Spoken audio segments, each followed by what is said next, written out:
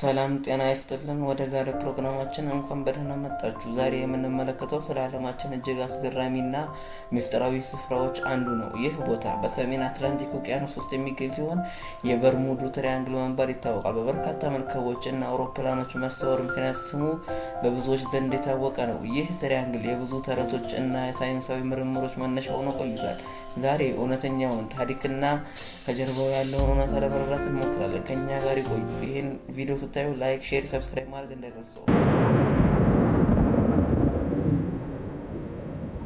የበርሙዳ ትሪያንግል ምስጢራትና እውነታዎች። የበርሙዳ ትሪያንግል በዩናይትድ ስቴትስ የደቡብ ምስራቅ የባህር ዳርቻ አቅራቢያ የሚገኝ ሲሆን ጫፎቹ በርሙዳ፣ ማያሚ እና ፖርቶ ሪኮ ናቸው።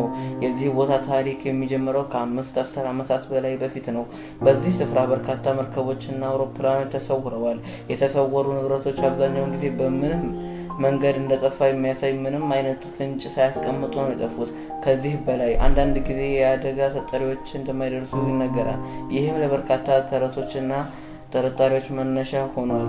በ1945 የነበረው ፍላይት 19 የተባለው በዩናይትድ ስቴትስ የባህር ኃይል አውሮፕላኖች ቡድን መጥፋት ከታሪኮች ሁሉ እጅግ ዝነኛ ነው።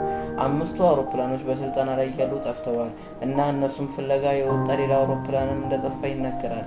ይህም ለበርሙዳ ትሪያንግል ዝና ትልቅ አስተዋጽኦ አድርጓል።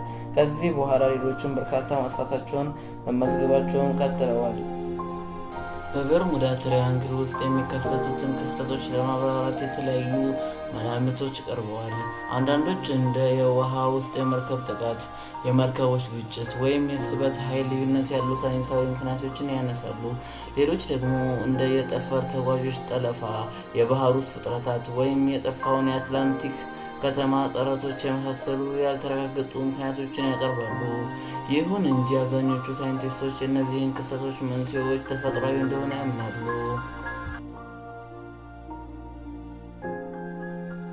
በበርሙዳ ትሪያንግል ውስጥ ከፍተኛ የአውሎ ንፋሶች ቁጥር እንደሚመዘገብ ይታወቃል። እነዚህ አውሎ ንፋሶች ድንገተኛ እና ኃይለኛ ሊሆኑ ይችላሉ። ይህም ለመርከቦች እና ለአውሮፕላኖች አደገኛ ሁኔታዎችን ይፈጥራል። በተጨማሪም በውቅያኖሱ ግርጌ የሚገኙ የጋዝ ክምችቶች ድንገት ሲፈነዱ የመርከቦችን ተንሳፋፊነት ሊቀንሱ እንደሚችሉ የሚገልጹ መላምቶች አሉ። እነዚህ ሳይንሳዊ ምክንያቶች በበርሙዳ ትሪያንግል ውስጥ የሚከሰቱት ክስተቶች ለማብራራት ጠቃሚ ናቸው።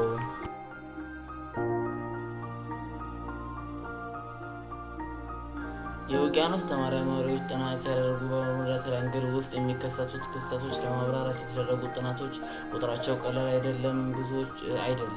ብዙዎች ጥናቶች የሚያሳዩት የክስተቶች ቁጥር ከሌሎቹ ከፍተኛ ትራፊክ ፍሰት ካላቸው የውቅያኖስ ክፍሎች ጋር ተመሳሳይ መሆኑን ይገልጻሉ።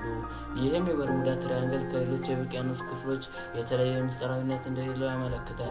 በተጨማሪም አብዛኛዎቹ መጥፋታቸውን በተፈጥሮ አደጋዎች ወይም በሰዎች ስህተት ምክንያት የተከሰቱ መሆናቸው ተረጋግጧል።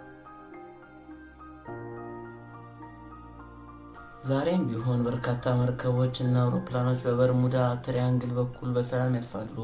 ይህ ስፍራ የብዙ የንግድ መስመሮች ማገናኛ እንደመሆኑ መጠን እንቅስቃሴው ከፍተኛ ነው።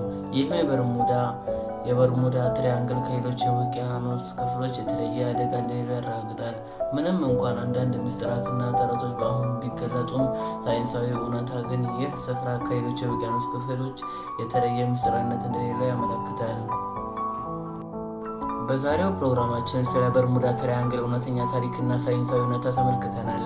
ይህ ስፍራ ምንም እንኳን የብዙ ተረቶችና ምስጢራት መነሻ ቢሆንም የሳይንሳዊ ምርምር ግን ክስተቶች በተፈጥሮ አደጋዎች ወይም በሰዎች ስህተት ምክንያት የተከሰቱ መሆናቸውን ያመለክታል። ስለ በርሙዳ ትሪያንግል ያለን ግንዛቤ በሳይንሳዊ እውነታ ላይ የተመሰረተ መሆን አለበት። ስለ በርሙዳ ትሪያንግል ያለን ፕሮግራም እዚህ ላይ እናበቃለን። ስለተከታተሉ እናመሰግናለን። በሌላ ፕሮግራም እስክንገናኝ ድረስ ደህና ሁኑ። አንድና አጭር የረሳሁት ነገር ሰብስክራይብ ማድረግ ነው። ሰብስክራይብ፣ ላይክ፣ ሼር፣ ሰብስክራይብ ማድረግ አትርሱ። ፕሊዝ ፕሊዝ ፕሊዝ።